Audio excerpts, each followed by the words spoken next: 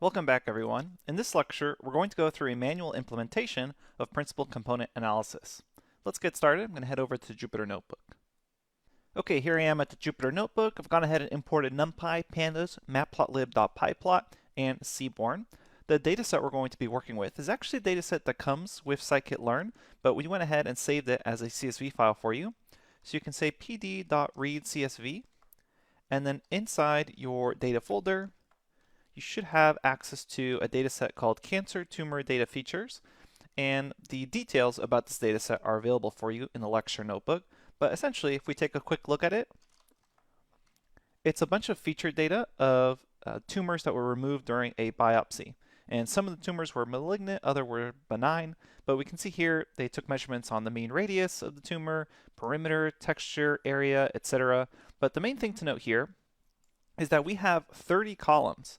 So if we're trying to understand our data, it's going to be super difficult. In fact, even if we tried something like SNS heat map on the data frame, it's still really hard to tell just because of the scale of everything.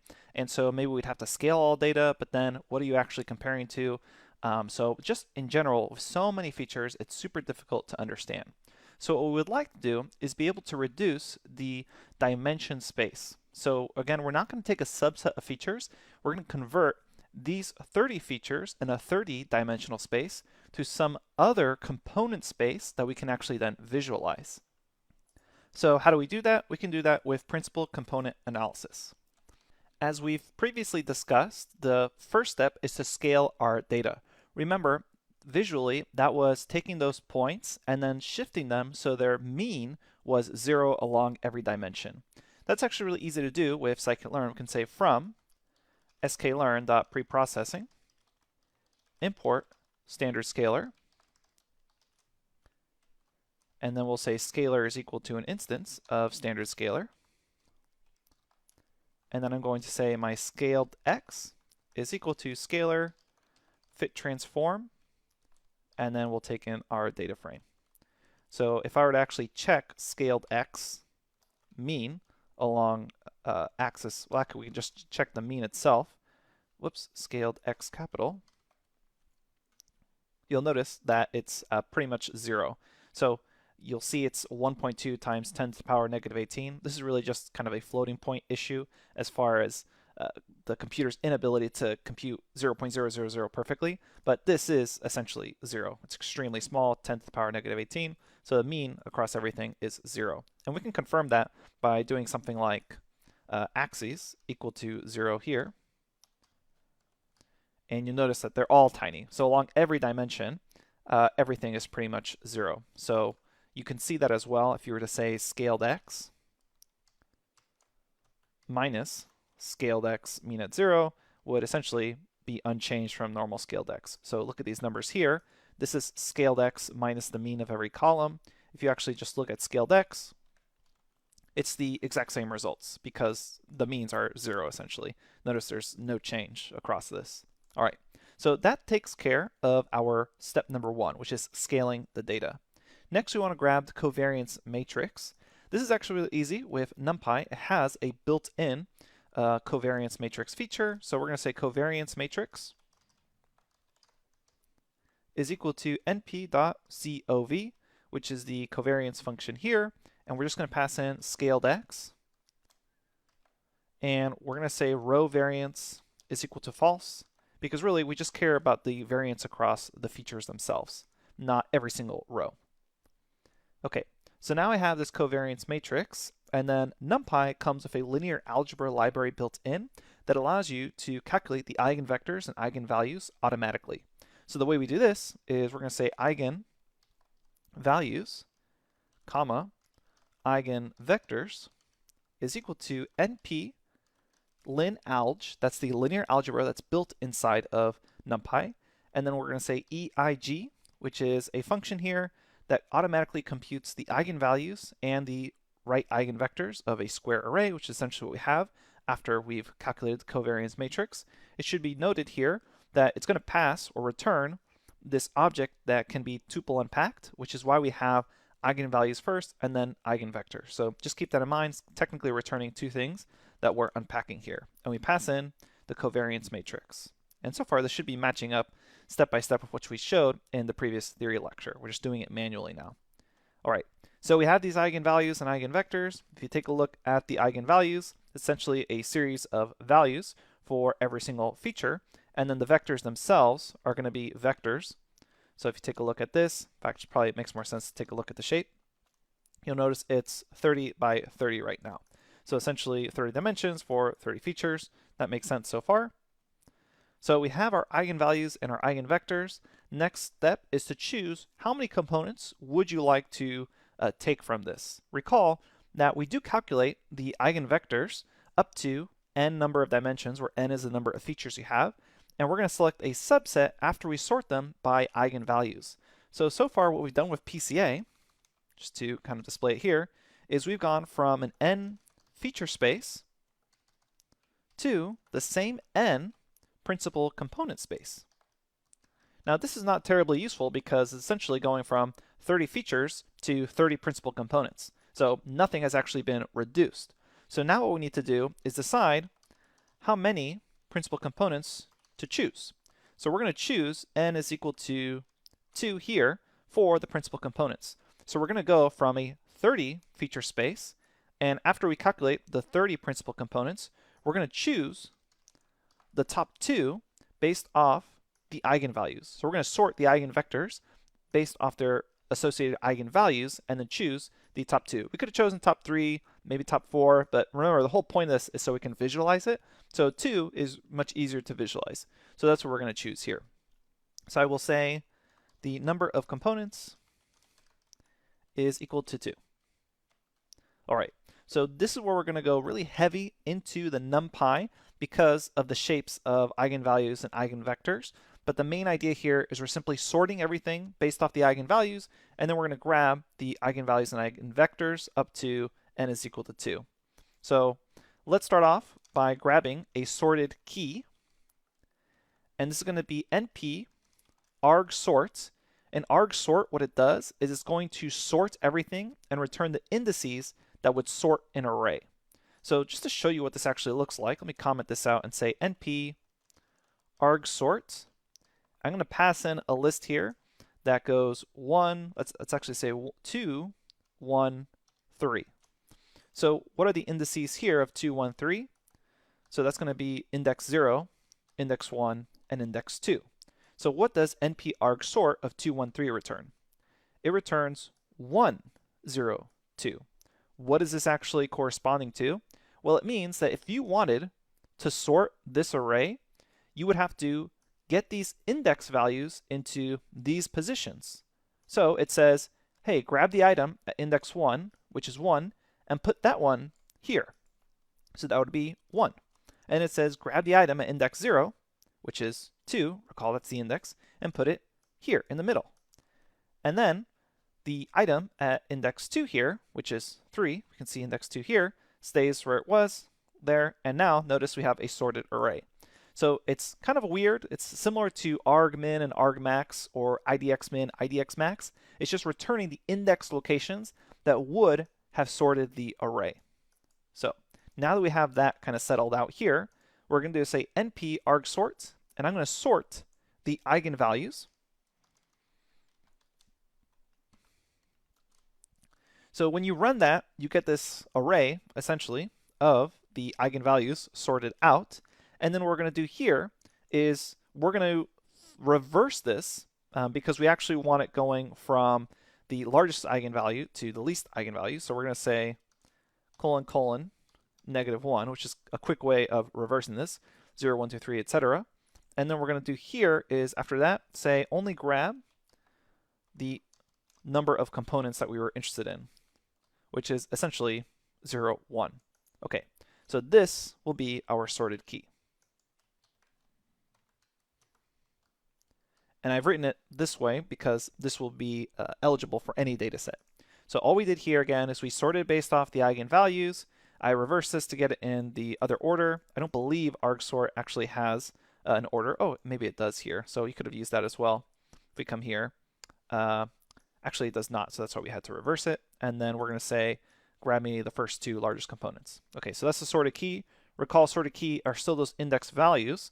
So then what we're going to do here is the last step of kind of some NumPy magic. We're going to say eigenvalues, comma, eigenvectors, very similar to the tuple unpacking we did earlier. And then I'm going to say grab my eigenvalues. So recall up here we have the eigenvalues. And we're going to say, we're actually kind of redefining eigenvalues and eigenvectors. So instead of all the eigenvalues and eigenvectors, I'm going to say eigenvalues off the sorted key, essentially 0 and 1, the top two. And then the eigenvectors, grab all the rows based off the sorted key.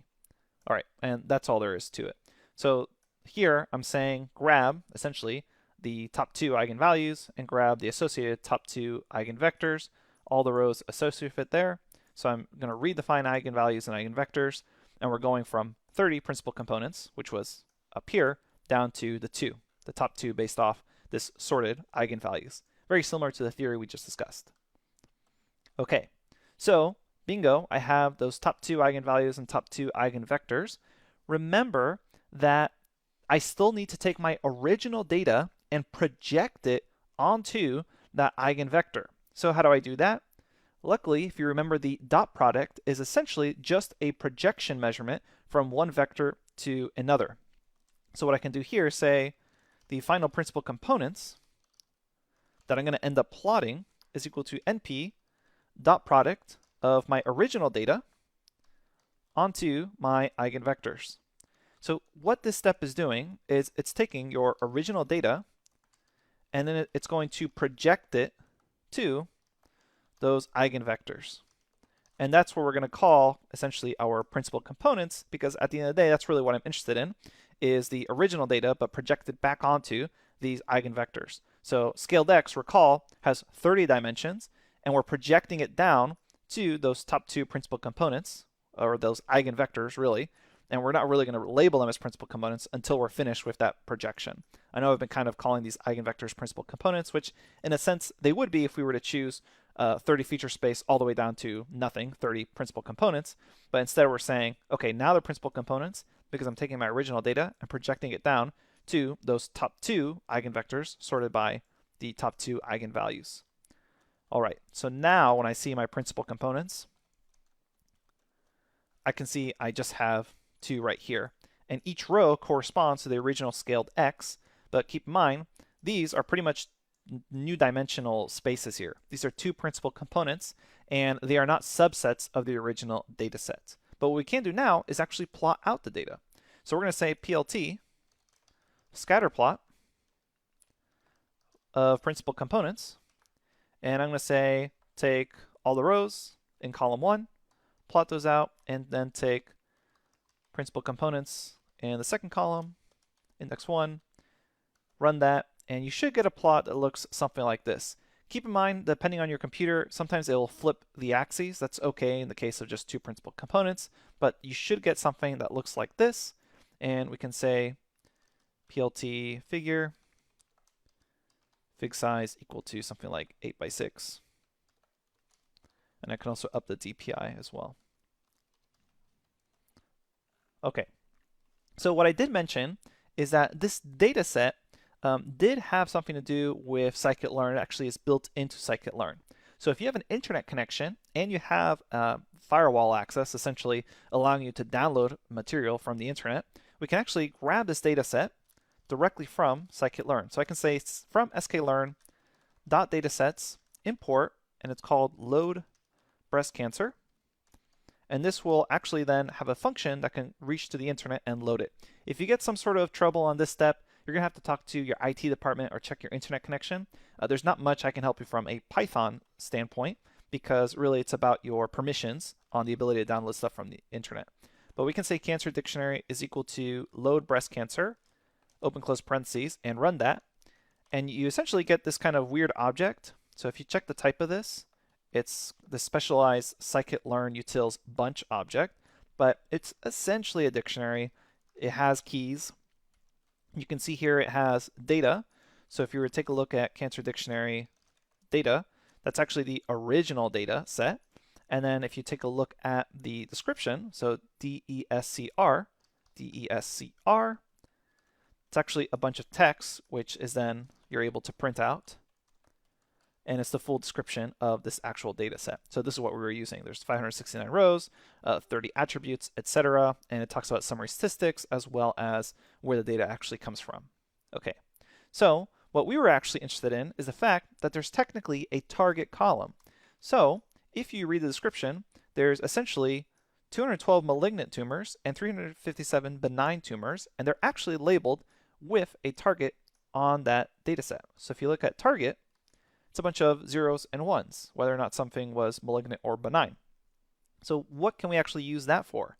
Well, it would be interesting to see if I were to go down from 30 features to 2 principal components, is the data still understandable? Could we actually still separate this out based off the features being reduced from 30 features to 2 principal component dimensions? Is there actually still separation enough from being cancerous to non-cancerous tumors? So what I'm going to do here is, using this cancer dictionary target, I'm actually going to color that scatter plot. And you're going to see something really interesting show up. So we're going to come back up here. We're going to say C for color is equal to this target array. Run that, and you will notice basically perfect separation between 0 class and 1 class. There's a few points that overlap, but you can see kind of this linear separation here. So we've been able to reduce a data set from 30 features down to 2 principal components, and the data itself, it's still really separable. So what that actually means is you didn't really need all the detail of those 30 original features. You were able to reduce that to just 2 principal components and still have enough separation or enough information to separate this out into the 2 classes. So what does that mean as far as real life benefits? Well, it means that if you then wanted to run some sort of classification algorithm that scaled based off the number of dimensions it was running on, you could run PCA first, reduce it from 30 features to 2 dimensions, and then run your classification here. And you would probably get very similar performance. So there's a lot of real-world benefits as well, and the other one to consider is just the fact that you're saving a lot of space. So you've gone from 30 times about 570 rows to 2 times 570 rows. So you're reducing by a factor of 15, essentially. So what we're going to do after this is go through the same process, but we'll use scikit-learn, and we'll also explore the relationship between the principal components and original features in a little more detail as well. So don't worry if you didn't fully grasp every single step here, because in real life, when you're running this, you're just going to use scikit-learn, which is essentially a really easy one-line call. But hopefully you were able to see how the code itself directly related to the theoretical steps we discussed in the previous lecture. Okay, thanks, and I'll see you at the next lecture where we go through the same process but with scikit-learn. I'll see you there.